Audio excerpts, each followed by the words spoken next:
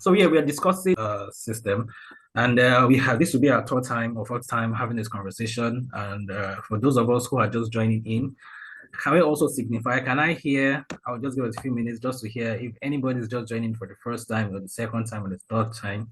Can we just quickly share that in the chat box if you're just joining for the first time? Okay. Now, so I'm on the second slide now. I hope you can see the second slide here. So now, can we see the second slide here?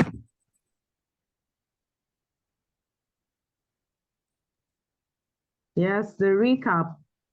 All right, good. Good, thank you very much. Okay, so I'd like to, for those of us who probably are just joining for the first time, so just quickly share a recap of everything we have discussed so far, but not everything, but of course, it's like a summary of everything we have discussed so far.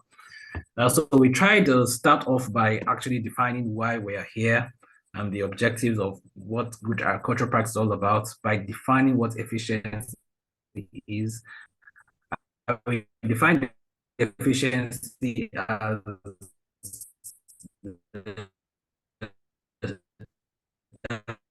a production system where this actually led us to build a lot of conversation around why we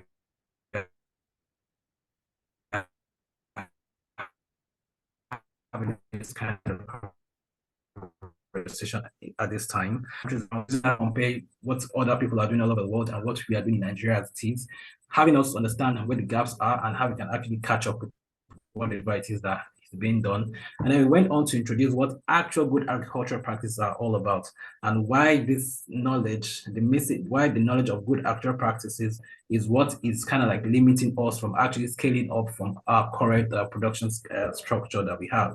And then, of course, we also try to highlight the number of synopses, the number of points that we need to learn, for us to actually achieve that to also actually achieve that scale of production and actually meet up with the world best practices. And that's what we call the good agricultural practices. Then, of course, now going back into the proper conversation, it is okay, after understanding all of these things, we try to discuss what site management is all about. In the process of discussing what site management is all about, we also discussed on how to actually do some sort of farm planning, farm layouts, reference systems, and the likes. We try to expand because this lays the foundation to how we can actually have a very strong, good agricultural practice system. And then on, we proceeded on to actually discuss seed propagation as materials as one of the two synopses that are involved in good agricultural practices. I mean, this was quite a lot. And then we actually quickly jumped into have a kind of like from an end-to-end understanding, even though there are a whole lot of things to learn in between. But of course, by having these two limits, these two extremes, we can actually have like a picture of what is expected and what we ought to do forward. And this is why we are running as a series, because what we're trying to do now is take the synopsis one after the other to see how we can actually build a sort of structure around the learning practices here.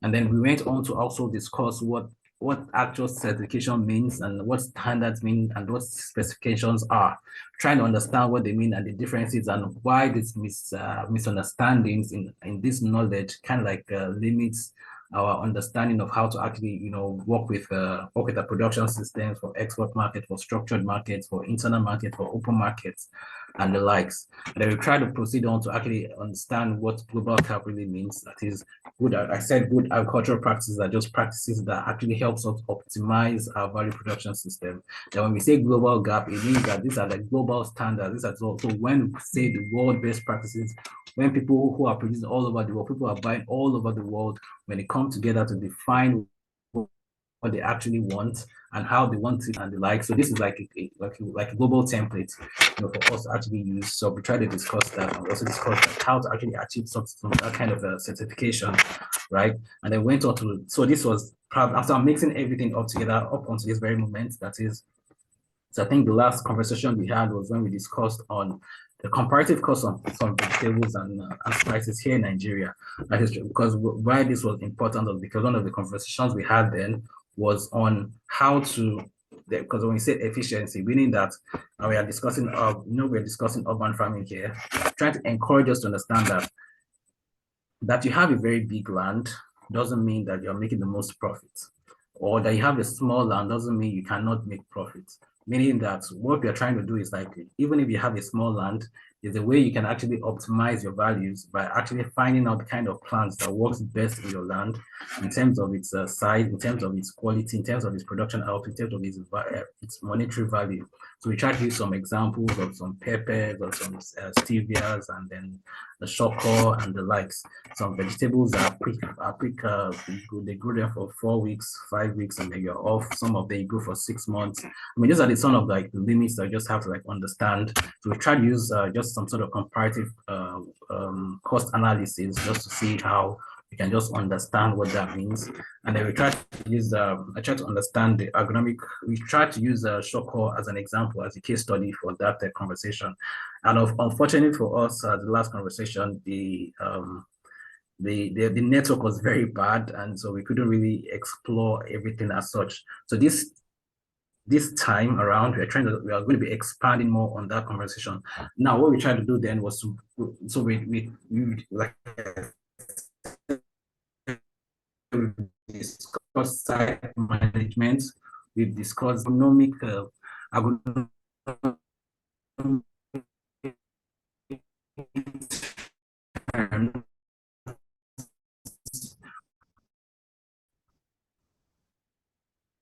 or agronomic limits that helps us.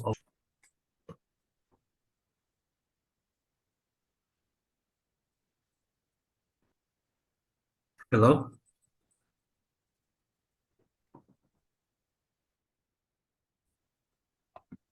Hello? Yeah, I can hear you. Yeah, Okay. I can hear you. Hello, we can hear you. I want to be sure that I'm still in here because I can see that my network is kind of like showing some signal. So I want to be sure that I'm still here. So I mean, this kind of gives a broad recap of everything that we discussed in the last for the last few sessions that we have done. So now we're going to go into the proper conversations. We're going to go into the proper conversations of the agronomic principles. But before you do this, I would like us to use this points to move on to the next conversation proper. That is quality and quantity. And one of the presentations we had earlier on, we said that for us to have for buyers to buy from us, or for even for us to actually um, be guaranteed of our next meal, so to speak. When I say next meal, I mean for us to know that what we are doing it right. That as in kind of like it comes down to these two things, quality and quantity. Meaning that as a buyer, before I can buy something, I want to be sure that the person I'm going to buy from has, or I'm going to get it from there. Nobody leaves his house, goes all the way to the market, not sure of getting what they want. What they hope for is to buy what they want. Now, if you want to buy 10 things, your prayer is that you get 10 things. You are not just 10 things, but you want to get 10 things of exactly what you want. So quality in the sense of like that quality means that you want to buy something that is good, something that works with you best, that is exactly what you want. Quantity is saying that you want it at the actual volume of how you need it. Now, these 2 points is what for every producer who can guarantee this. Power off. Power on. Hello. Okay, for any buyer who can guarantee those two things, usually have what they call comeback buys. You know,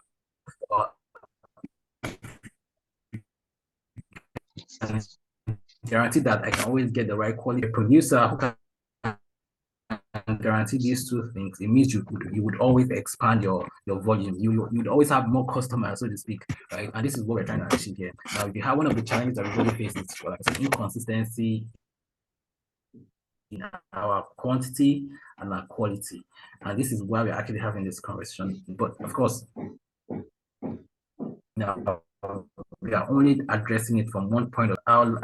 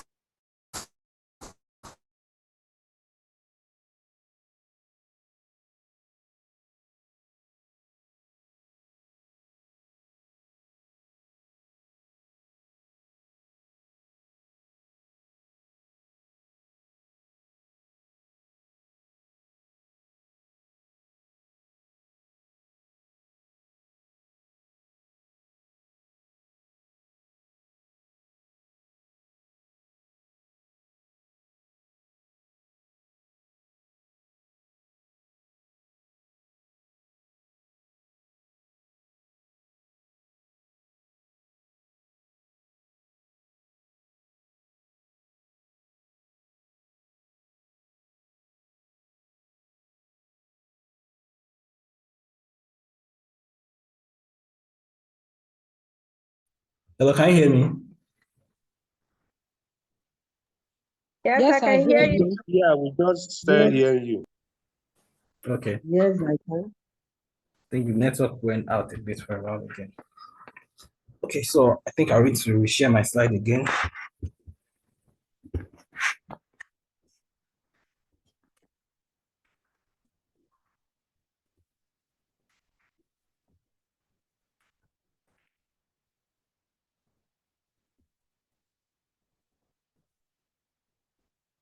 So can you see my slide again?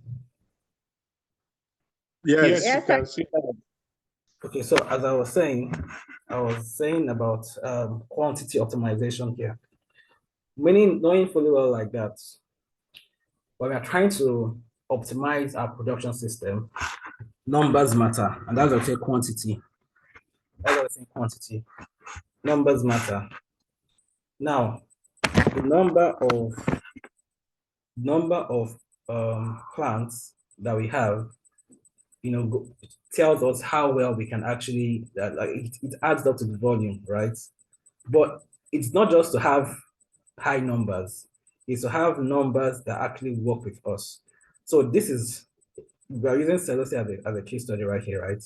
So this on the I don't know on your own on your left or my left actually I have 20 plants. On my right I have 25 plants.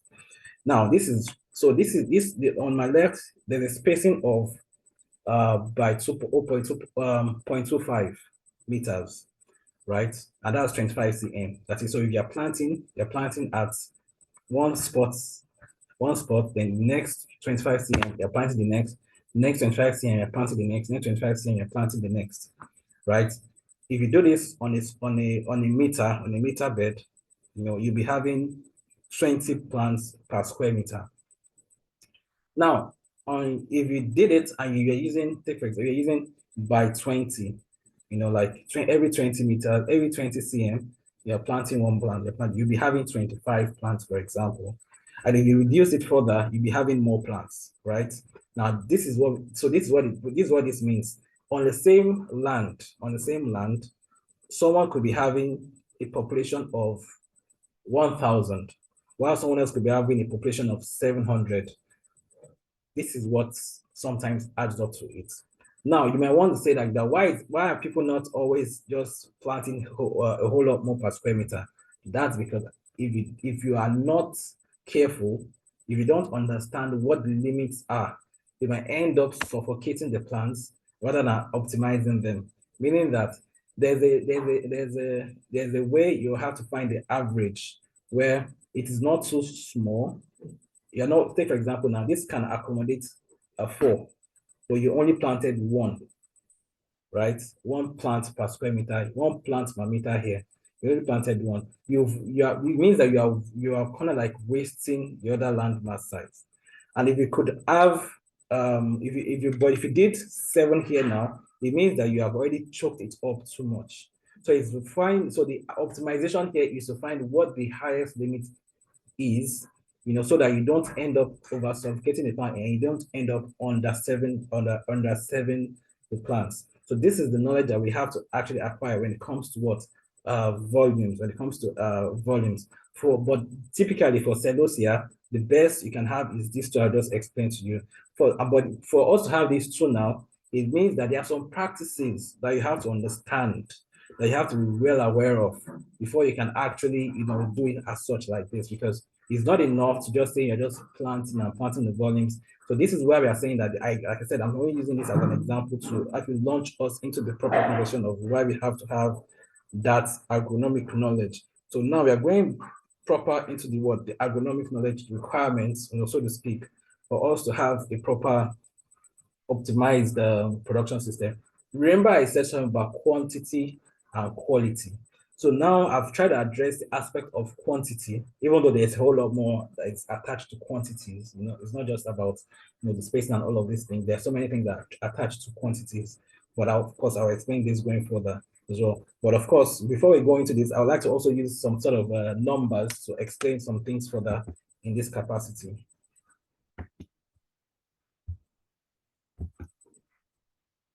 So, so in the open markets, a dozen of vegetables is sold by hand. I don't know if any of us have gone to the market to buy like dozens of vegetables. Like, but of course, when people want to probably maybe sell to very big markets or want to export and things like that, when you go to the farms, some farmers sell by they sell per dozen, and they sell like the handful. They do their hands like this, right? And then they put all the vegetables in it. They say this is 1 unit. So they do 12 of this, makes it 1 dozen. So like I said, so I'm saying that 1 dozen here is really sold for, like in the rainy season now, you probably see some people saying that even sometimes as well 7,000, some 8,000, some 10,000 naira as such. Now, but during the dry season, it's usually sold for sometimes 13,000 and sometimes go as high as 18,000 naira, sometimes even 20,000 naira. Depends on how, who you're buying from and how kind of market you are, who is coming to buy from you. That's in the open market. Now, in the open market, in the sense like that, because it's not a measured market. That's probably the striking difference. It's not a measurement. It's a thing of like it's not sensational in the sense of like I put my hands together. It's not, there's no empirical data that is attached to it, But when it comes to a structured market, they sell per weight, and we discussed in the last time. I'm really trying to use this to expand this lecture further. They sell per weight, right? So it means that even though you're having the numbers, you have to know how to convert those numbers into weights, right? So you can see now like that in the structured market now, a unit, that same handful of bundle usually weighs around sometimes 1 kg, sometimes 1.5 kg, depending on how big each of the plants are, But anyway, so depending on who you're buying from or what kind of structured market that you are attached to, that's how they actually buy these things. So you might want to wonder, like, also what that means, like that a square meter plant, what can it actually give? So usually a square meter usually gives between, sometimes gives 1.5, sometimes gives 2 kg, sometimes gives 2.5. Again, it depends on the numbers, your planting differences and things like that. Right. So this is one of the things we need to understand. Now I'm using this, like I said, to have a foundation of what agronomic knowledge really entails. Now, I expect that with this, we'll be able to use this for other plants, because I mean, I cannot specifically be speaking on every plant as it is, but I'm only laying this foundation because I understand that shopper is probably one of the easiest things to grow. It's easy to just pick it up, and probably sometimes it's easy to grow, basically. However, I understand that there are some plants that are not as easy as that to grow. Sometimes it's not about the leaves, about the fruits. Sometimes it's not about the fruits, about the tubers. Sometimes it's not about the tubers, about what's it called? It's about the pulses and the like. So the idea is for us to actually have an overview of what it entails and when we say agronomic knowledge, what it means to have this thing, because this is, like I said, the foundation of the technicalities involved when it comes to good agricultural practices. Why I'm discussing this is because I understand that in our own system, we are more, our agricultural system is more of like it doesn't really require a lot of technicalities. But if we really want to compete with the world market, then we have to understand some of the foundational knowledge of how these things operate and why they pay attention to some of these points. Okay. And then this is why I said, like I said, I mean, I'm trying to prepare my mind not to make it look like it's going to be boring or it's going to be like a bit technical, just let us understand like that when it comes to scaling, when it comes to measurements, when it comes to data capturing, this is why it is so important. This is why sometimes people shy away from these kinds of things. Okay. So again, agronomic means for optimal growth. So again, to grow optimally, like I said, there are several key agronomic factors to consider. These factors include everything from environmental conditions to nutrient management, which creates like the best growing conditions. Below, you'll find a comprehensive list of agronomic requirements for optimal growth. Bear in mind, like that, all that I'll be sharing here with us, it doesn't mean that this is the entire thing. There are still a whole lot more things that we need to consider, but of course, these are the major ones that, of course, if you're able to have an understanding of these few points, it should help us understand the overview. But we have to understand this like that when we are discussing this, we're trying to break down into 3 things, even though it's more like an holistic thing. I'd like us to pay attention to this now. There's what we call the environmental conditional needs. And this works for every living thing, actually, as human beings, as plants, as animals, it works for everything. There are environmental needs that every organism needs to thrive. There are internal needs that every organism needs to have for it to thrive, right? Now, the environmental needs and the internal needs, they work together, in such a manner that without one, I mean, we're talking of optimization here, right? Some things are just like that. I'll give an example. A dwarf can never become a giant. That's just how life is, and that's how we say. So some of the internal things, like say some of the things are like static, we cannot change them. Some things we can change. Okay, so one of the things we can't change are usually like the things that has to do with genetics, things that has to do with, like, for example, like the kind of seed you are using, the kind of propagating material that you're using. You can't change some of these things, but you can change the nutritional needs, nutritional requirements, and all of it. Why am I saying this? Because, like I said, a dwarf, there's no amount of food you give to it, there's no amount of cool environment you give to it, there's a limit to what it can do. Okay, but if you have someone who has a tendency to be tall, there's a way you can do it that the person will not just be tall, the person could look like a giant, because now if you give it the right amount of food, the right amount of environmental requirements and things like that, it can become a giant. But that's how it has been, because it has the internal needs, its internal structure to thrive. So the best you can do is to start off with something that's internal to thrive. Then you can now support it with the right environment and the right nutritional needs. So this is like a summary of what I'm about to explain to you are, right? But bear in mind like that the way to optimize these things is by understanding like that there's a foundational structure that has to be taken care of. Unfortunately for us, we already discussed this area, so I might not be discussing this proper now. And which is what I said, that the seed and seed propagation material, that lays the foundation for everything. If you miss that part, there's hardly anything anybody can do, to make it better, right?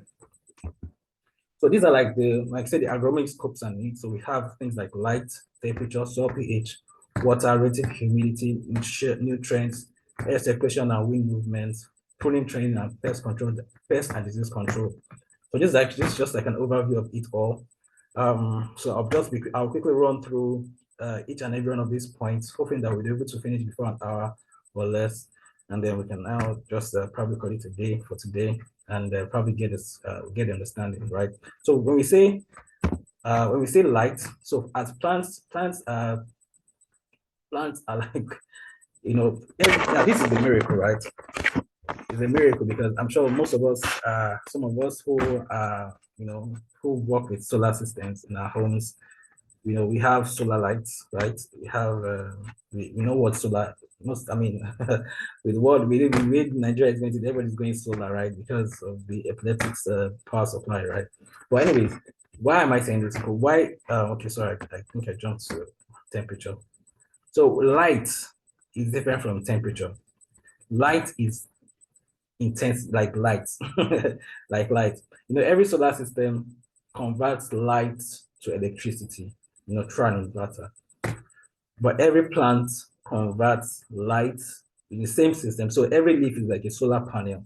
Every leaf you see is like a solar panel that converts light into food, into what the plant needs to grow. Okay. So it means that every plant, the light that every plant needs varies.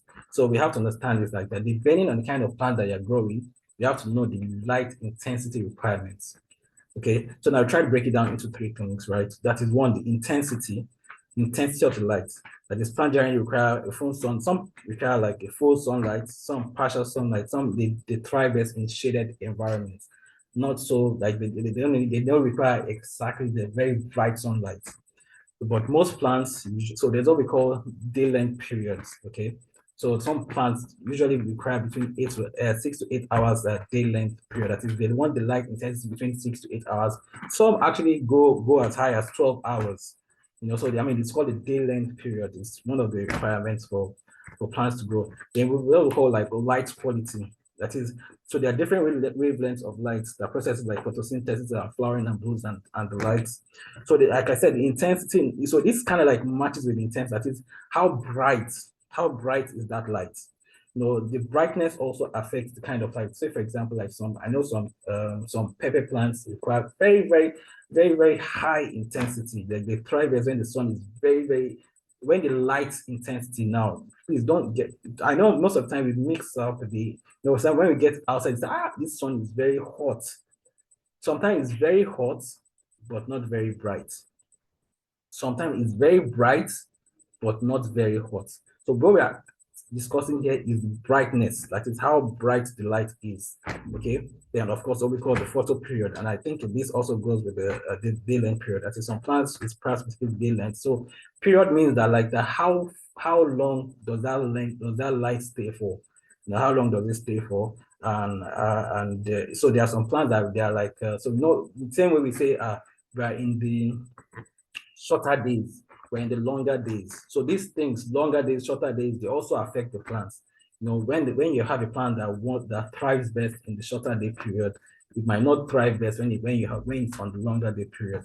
So having this knowledge of day length period and the likes, it helps understand like, okay, so we are growing a crop that requires a very lengthy day length period, and we're at a short day period. What that means that sometimes you have to learn how to like supplement, with that requirement, to make up for that period. And what people usually use is they usually use white lights, like usually white bulbs. So that's why people grow in greenhouses and things like that. They just try to like catch up with the white light and other kinds of requirements. Okay. Then we go to temperature. Now we discuss light. Now, usually, of course, the typical things like that. When we say the light is very hot, or the temperature is very hot outside. Now, this is what we call temperature. So this is like the difference. Like, so sometimes to have the optimal growth, typically there's always, especially in this part of the world, this southwest here, or in Nigeria, so to speak, most of our plants will usually require between 18 degrees Celsius to 29 degrees Celsius. Sometimes it goes higher as 32, sometimes it goes as high as sometimes 34. Of course, 34 is usually, so anything that goes between 34, 35, those are the plants that usually thrive up north, probably in the desert regions and things like that, So there's a temperature requirements for most plants. Now, plants have different temperature needs. So knowing what works for your kind of plants also takes a lot of it. These are things that you have to pay attention to. But of course, the heat and frost tolerance. Some plants are very they can't tolerate a lot of heat. So if you're having a plant that can't tolerate a lot of heat, you have to be very conscious of the environment that you're planting it. So you're not just wasting your time. And then of course, the same thing with frost. Some plants cannot tolerate a lot of coldness, and vice versa. So the idea is for us to actually know the limits and say that, okay, so there are some plants that are like this, there are some plants like that. Understand like that. It's not every plant that can grow. And that's why sometimes, even though yes, there's an alteration that can make apples to grow in Nigeria, but typically it's not its ideal environment. So that's why we have to understand, like in the same way you probably want to grow some crops in the northern regions where that any small thing can just make it drop. So even if you give it the exact water, every amount of it, for as long as it's not some things that are too extreme for it, it just might not thrive. And of course, soil requirements. So we try to break soil requirements, because sometimes when we say soil, everybody just probably goes to fertilizer. But we have something like that. Soil requirements goes beyond just fertilizers. That's what we want to talk about, the soil texture. Sometimes when it's too pulverized, when soil is too pulverized, that is too sandy, it cannot hold. It can't hold because you're trying to plant something that requires a lot of grit, something that can hold things together best. So that's what we have. Soil texture could be loamy, it could be well-drained soil, it could be clay. I'm sure these are things that we have learned in elementary knowledge, in elementary schools and the likes. But because now we're in practical stages where we have to understand how this is actually affect our plants, right? So the soil texture is very important. So even though the soil could have a very good nutritional base, but if it doesn't have, take for example, it's a well-drained soil, it means that any slight rain will easily make the soil to the nutrients to reach out, right? So it's not enough for you to have the nutrients, but without having the actual soil texture that is required for that plant to actually grow. So that's why we say we have the sandy soil, we have the clay soil, we have the loamy soil. But typically the one that thrives best across board is usually the loamy soil because it holds more nutrients. It's like in between clay and then sandy soil. So it's not too compact and it's not too loose, right? Then we have the soil pH. So that's how we say. So different plants have specific pH requirement. Some plants, they have a pH below, which is kind of like acidic. And then some plants are neutral soils, that is ideal for most crops. And then some are alkaline, so some alkaline plants, meaning that the soil doesn't have to be acidic at all. And so it's like, these are like, I said, like two extremes. Some plants prefer it when it's actually acidic. Some plants prefer it when it's actually alkaline. But basically, most plants will require it to be neutral, that is just between 6 and 7 pH. And then that's when we need to have the soil fertility. And this is where and the soil fertility takes another conversation for some other times. This is where we want to know, okay, are we using compost? Are we using organic fertilizer? Are we using NPK and all the likes? How do we enrich our soil? Now we have to understand this, like, again, it's every crop requires different soil fertility requirements. Not just every crop.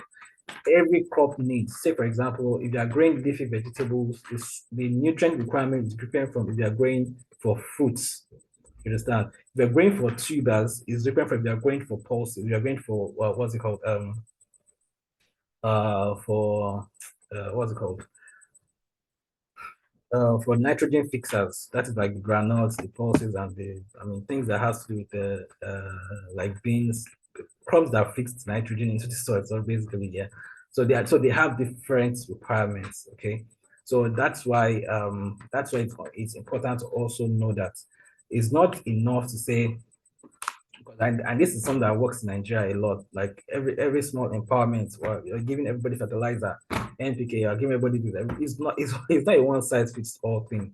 You have to understand like that if you're growing a particular kind of crop, not like I say, even if I try to think of a crop that actually has a value for its fruits and also its leaves. Okay, so just basically like that. So if you're growing things like tomatoes, things like peppers, for things like tomatoes, things like peppers that require a lot of that you're growing for fruits, that growing, yeah, targeting the fruits. You need more of like the potassium, the phosphorus, and like more than the nitrogen. So if you're using your fertilizer, and your fertilizer is richer in nitrogen than others, then it's also sometimes even calcium. Calcium is one of the things that are usually deficient in our crops. And all these deficiencies is just a function of, like, sometimes you're putting one too much, and once one is too much, it affects the availability of the others, even if it's there. Take for example, if you have your nitrogen, your phosphorus, and the potassium, if it's too much in the soil, it probably limits the amount, the way the plant is able to absorb the calcium in that soil. So that's why I said that fertility is very sensitive, and it's not some, of course, like, this is just like I said, just have an overview of what it means to have all of these things. As it is. Then we have watering as well. So we want to think of the water quality. So water quality in sense of like that. So in our plan, here it's very difficult to discuss optimizing with water quality because we don't have the culture of water testing as it is. A whole lot of people still use water from the stream.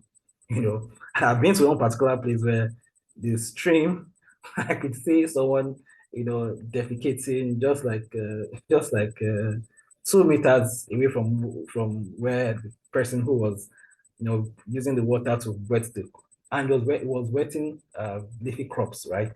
Meaning that if someone had bought that crop, and didn't wash it, the person would probably eating that another person's feces. So it's because just across the river, you could see someone defecating there, and then this person is here using his mud pump to pump water into his leafy vegetables. The same water, right? So when we say water quality, we're trying to say like the water should be free from toxins, some salt, using water irrigation system, considering mineral content of the water. Okay, so water quality is very important. It's something we have to check. And then the second one is frequency of watering. Sometimes, some plants, again, so when we say optimizing, it means that we have to understand what kind of needs the plants have.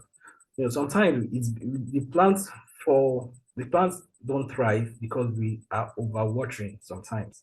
Sometimes they don't thrive because we are not giving it enough water. Okay, so one of the things we also want to learn is like that. What actually is the ideal water needs of my plants?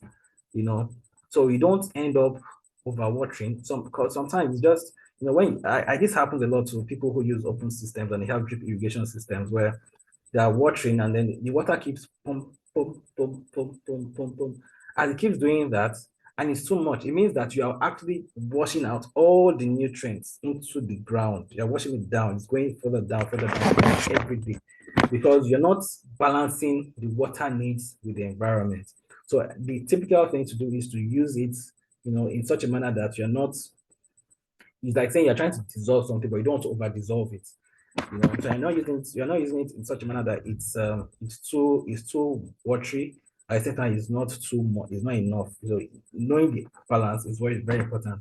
That's obviously the frequency. The irrigation system. The irrigation system sounds like that. So you can be using your hose, you can be using your drip lines, you can be using the flooding, so the kind of plants that you're growing has its own specific kind of the one that works best, for the plants. So that's so just to let us understand like that, because drip systems are good doesn't mean that it's the best for every kind of crop. There are some crops that you probably want to use like a tube kind of irrigation system. Some probably want to use an aerial irrigation system. So knowing how to find these limits is one thing that we actually have to do. Unfortunately for us, this is another entire lecture for a whole day, where we're actually discussing the proper agricultural practice, because there's a whole lot of things that has to be understood here when it comes to the safety limits, safety limit as such, and the risk evaluation systems. Then we understand like there's some plants that those we have to be able to define which one is drought resistant, which one is drought tolerant, which one is not drought tolerant, which one requires a lot of buoyancy, a lot of some plants. So different requirements. Some are very tolerant and some are not so tolerant of water, of drought. So knowing the differences also helps us optimize the value of the crops, right? Then we have humidity requirements. So we say humidity means like that. So I'll just explain like this. I don't know if any of us have been to the north, or if those are saying in the north, or if you live in the north and you're coming to the southwest, or you're living in the southwest and going to the north, there's something that usually happens. In the southwest here, we say we have a lot of the environment is more humid. What does that mean? It means that there's more water in the air. Okay, there's more water in the air. So that's why our own sun kind of like bites, because it's kind of like looking like we are being cooked, so to speak. It looks like we are being cooked because the environment is moisty.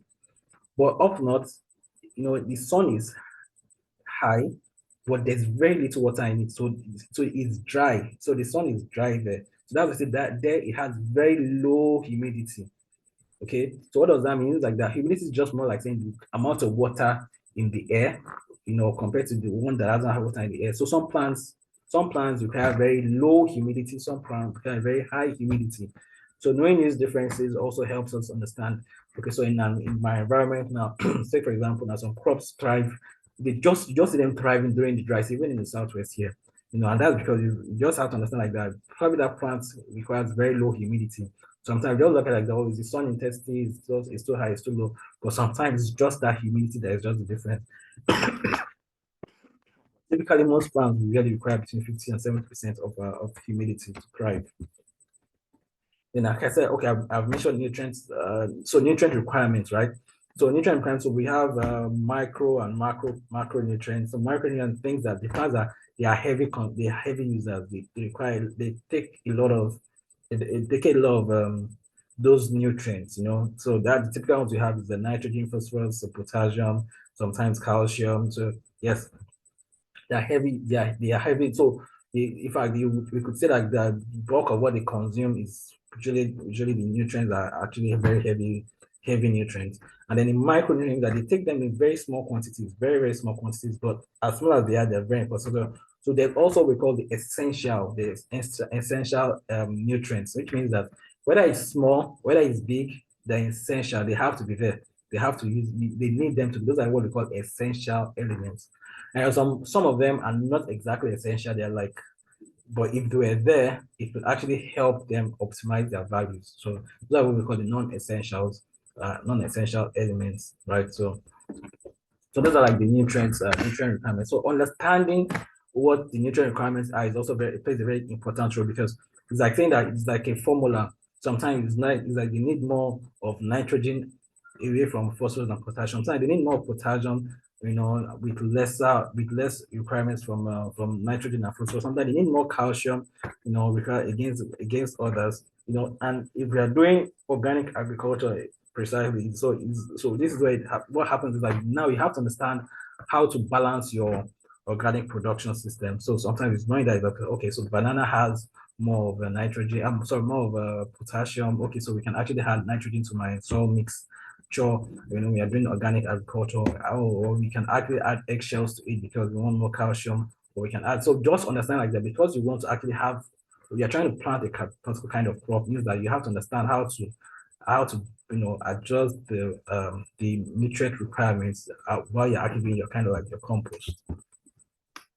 Then we call air circulation and ventilation. So remember I said that when I was using celosia the other time, I said that we can have a pound proportion of 20 and have proportion of 25. Sometimes if it's too choky, then it means that there'll be very little air movement in the air. When there's very little air movement, it means that it could actually choke it as well. So there's need for it to actually be free a bit, but also not too free, because when it's too free, it means that the wind movement can actually begin to break them. They can actually make them. For some of us who plant corn and some tree crops, you understand, like especially when you're planting on the upper hills, you understand you will know the effect of wind movements. Sometimes wind movement could be very, very intense in such a manner that it actually falls the crop. Sometimes it can be very, but the ideal, like I said, is to understand what the limits are, what makes it a very balanced system.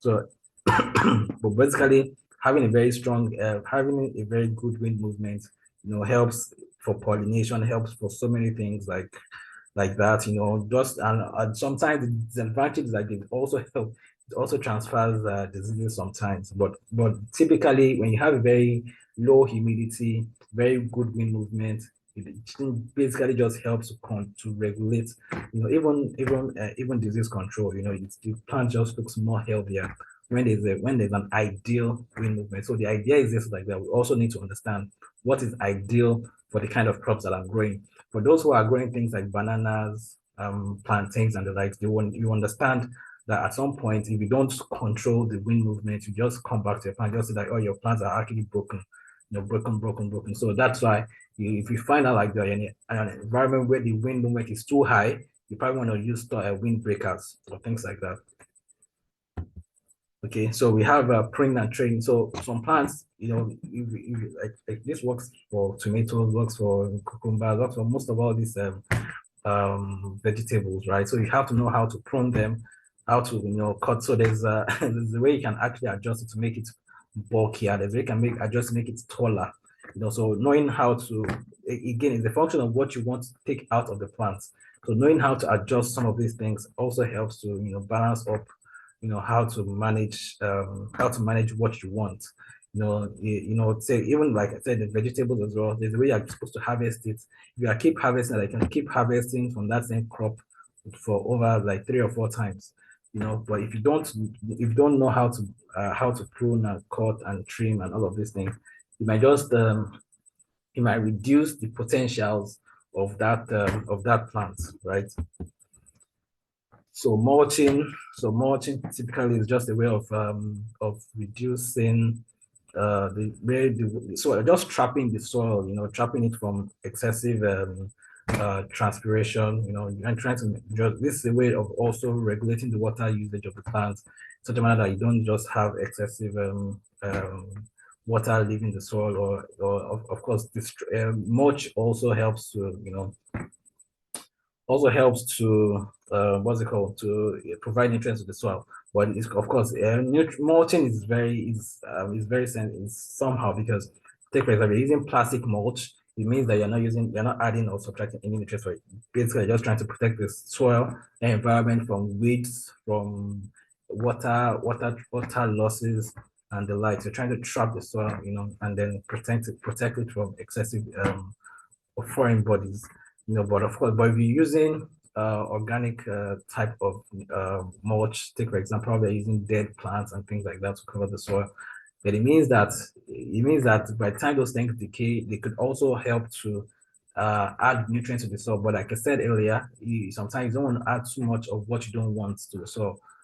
This happens sometimes. You use things like sawdust and some plants like that. So excessive of those things means that you're adding too much carbon, to your soil, and sometimes the plants actually needs the opposite of maybe like more of nitrogen than carbon. So I mean, there's points like that. Even while you're using mulches, you should be careful of what kind of mulch you're using, and how, if your plant can actually tolerate the kind of mulch that you're using. Okay.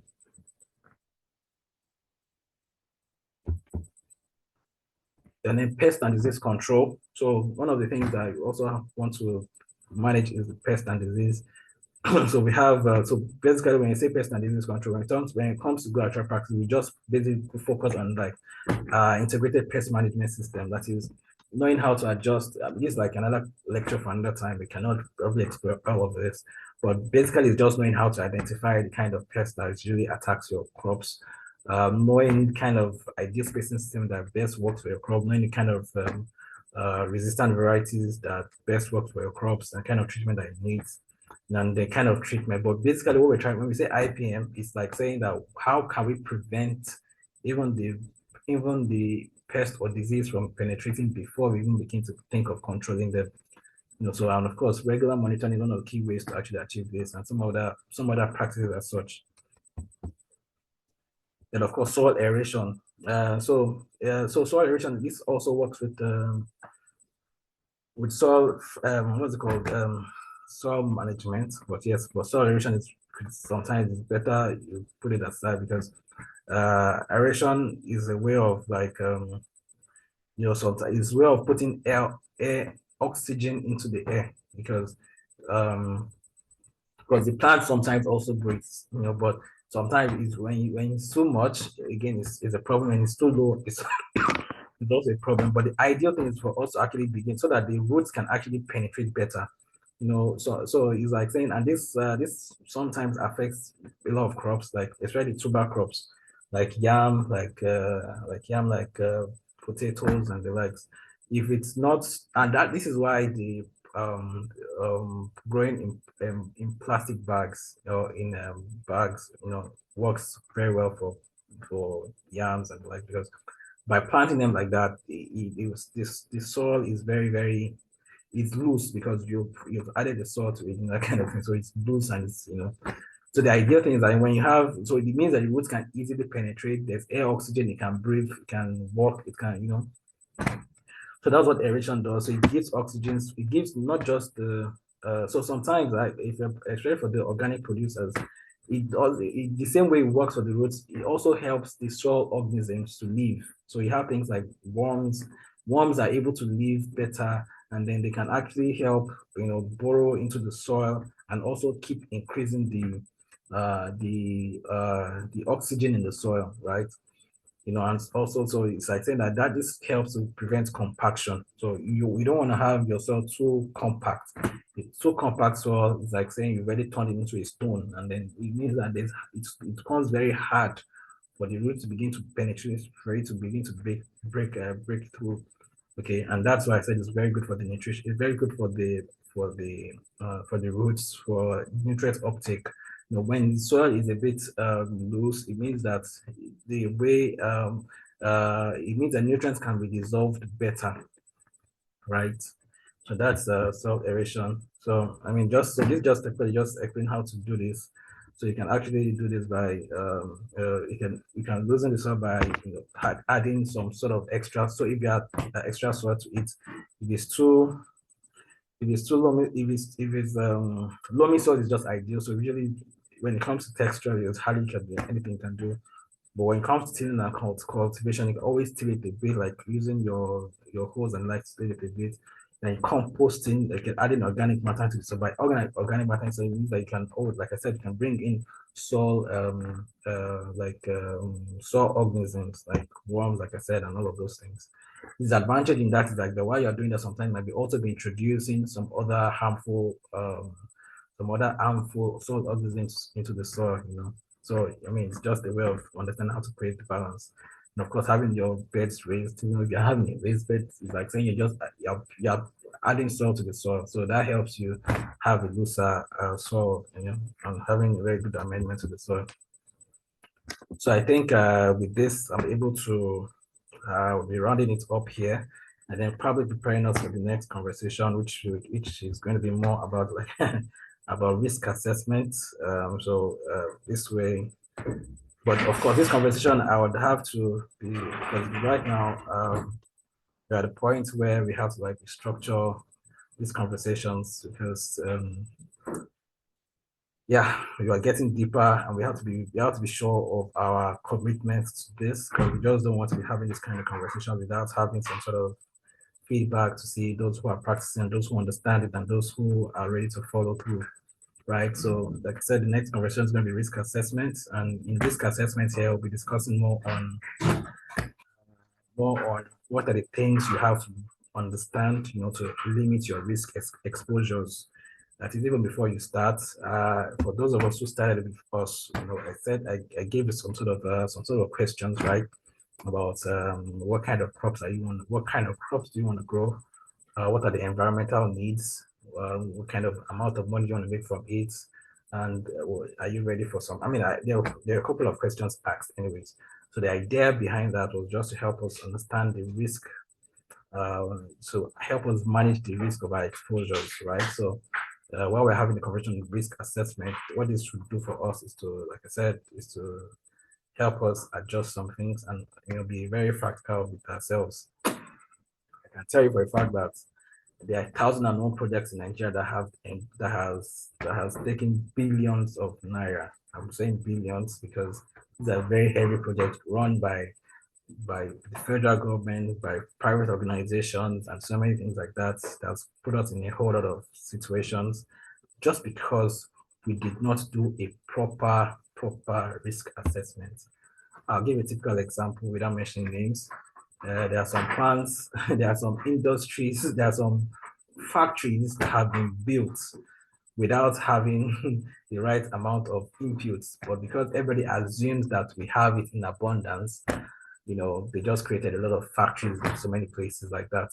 I'm sure we all understand. We must have seen a couple of these kind of factories here and there, you know, and this has been done, and most of them are going moribund, you know, because they can't just feed these plants. They can't feed these machines.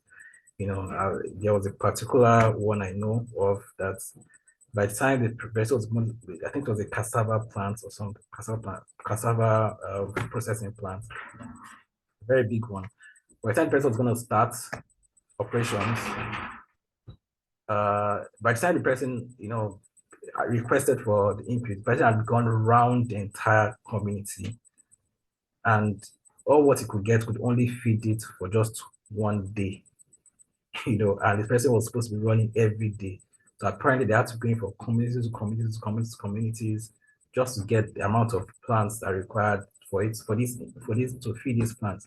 At some point it became uneconomical because for you the kind of volume that I needed, the transportation cost to even bring it down by itself was already too excessive, you know, which ended up making it unprofitable, so to speak, you know. So that's why I said like that, you know, risk assessment is something that, you know, we have to understand and we have to put into proper perspectives for us to understand best how to do it. So I think at this particular point, I hope I'll be able to pass a few points to us.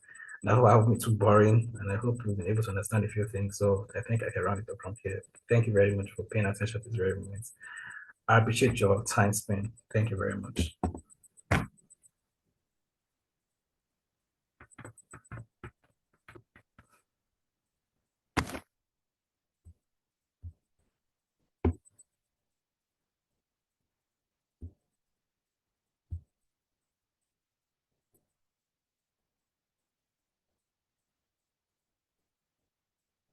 Thank you very much, Ranger.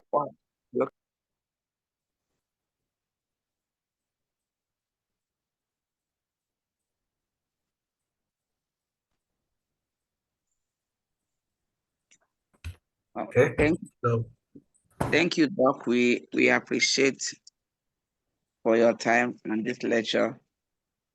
Like you said, the proper thing is to go back and practice what we are learning and put it in practice. That's the essential. We appreciate, and we promise that we are going to put this thing down. We are going to let our people know, because this knowledge is very, very timely and appreciating. We appreciate Captain John. Really, this is very, very great. Thank you very much. Thank you. thank you very much for appreciating. Thank you very much. Thanks for coming. God bless you all.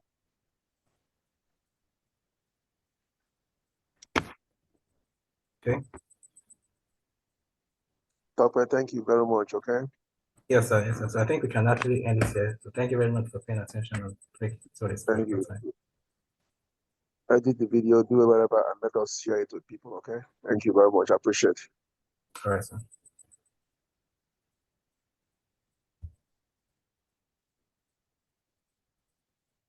Captain John, once again, I say thank you very, very, very much.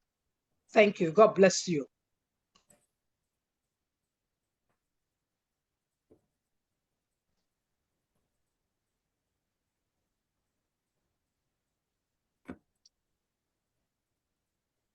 Mm.